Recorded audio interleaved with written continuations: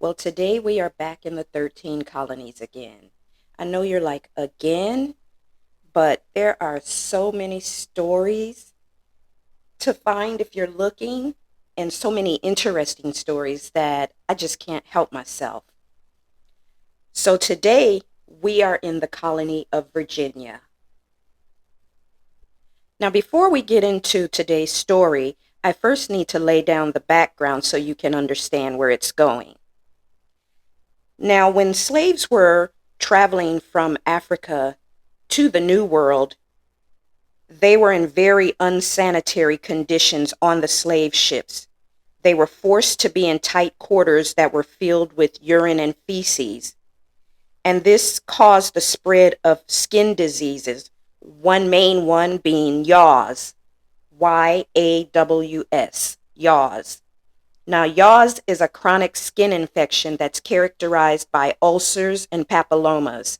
It's caused by the bacterium Treponema palladium, which is a subspecies of pertenu.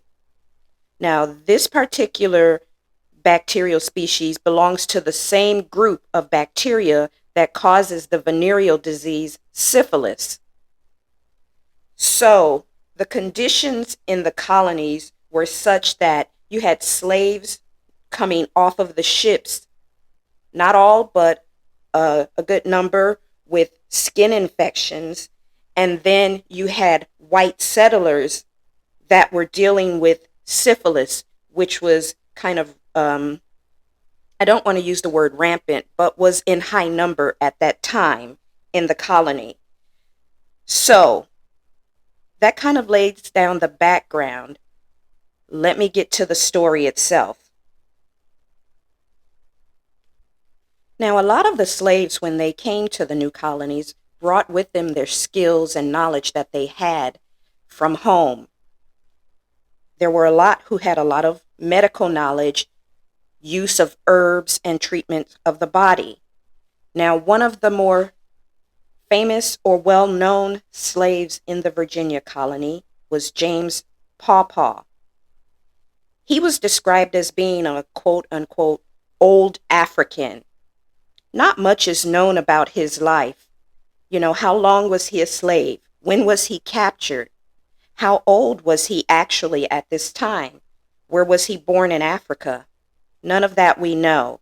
But we do know that he was enslaved in New Kent County, Virginia, and he was owned by Richard and Frances Littlepage. Now, Richard Littlepage died March 20th, 1717, at the age of 55, leaving his wife, Frances Littlepage, as the sole owner of all of their slaves. Now, James Pawpaw was known for being a very good doctor and healer. And because of that, they called him Dr. Pawpaw.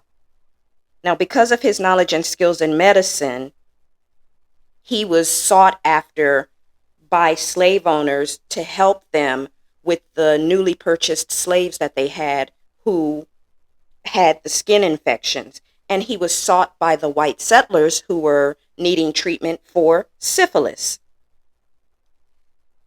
He made up his own medical concoctions, and he had one that he used to treat yaws, but it was discovered at some point by the white colonists that his treatment that he was using, that he was giving them to treat their slaves for yaws, was also curing their syphilis. So they would come to see him not just for treating the enslaved and their yaws, but for also treating their own personal illness of syphilis. And his owners, that is the owner of Dr. Pawpaw, would allow him to treat the white colonists in their home. So Frances Littlepage would allow her slave Pawpaw to treat the white settlers. People were always trying to get him to share his remedies with them. A lot of the local white doctors would try to get him to give up his secrets, but he refused to. And that seemed to have been common among the slaves who were utilized for medical reasons. They just were not willing to share their treatments and remedies for the various different illnesses. But they continued trying, and he continuously refused.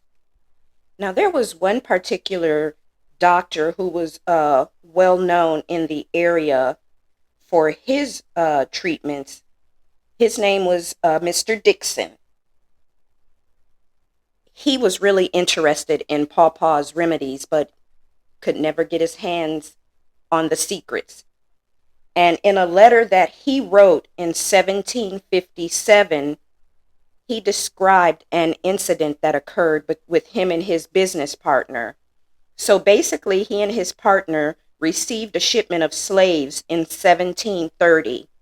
Some of the slaves had the pox.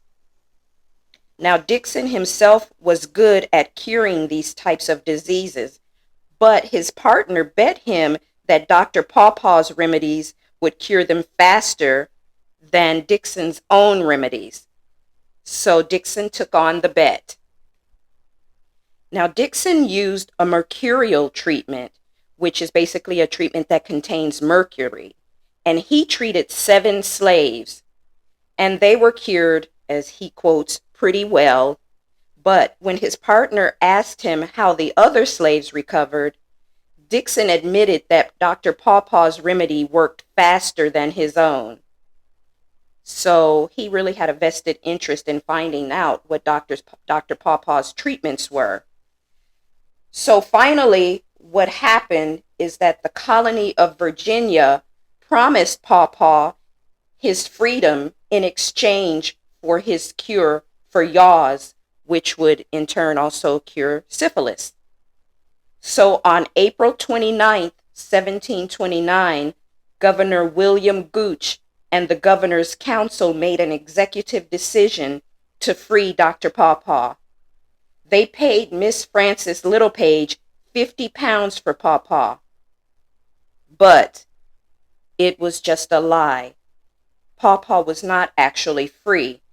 The colony of Virginia now took ownership of him, and they told him that they would maintain ownership until he makes a, quote, discovery of some other secrets he has for expelling poison and the cure for other diseases, end quote. Now, basically, what this is saying is that they said they were going to continue to maintain his ownership until he revealed some of his other medical secrets and concoctions, specifically for expelling poison and any other diseases that he may be able to cure. Now, to ensure he reveals more of his remedies, the colony of Virginia offered him an annual pension of 20 pounds. Man, dirty, dirty, dirty, dirty people, promising him his freedom in exchange for his remedy, which he did give them his remedy for yaws after they purchased him on April 29th, 1729. His remedy was made public. But then you still continue to hold him as a slave, forcing him to give you more of his remedies and secrets. Now, here's the other kicker. The physician I mentioned earlier, Mr. Dixon, he was on the Governor's Council, and it's believed that he may have played a big role in this decision because he really wanted to know what Dr. Pawpaw's secret treatments were. After Dr. Pawpaw was purchased and handed over to the colony of Virginia, I have not been able to find any other information regarding whatever happened to him. Now, he was very old at this time, so it is likely that he died under the ownership of the colony. I'm just not sure. If I do find more information about him, I will do a part 2 of this video just so I can share with you whatever happened to him.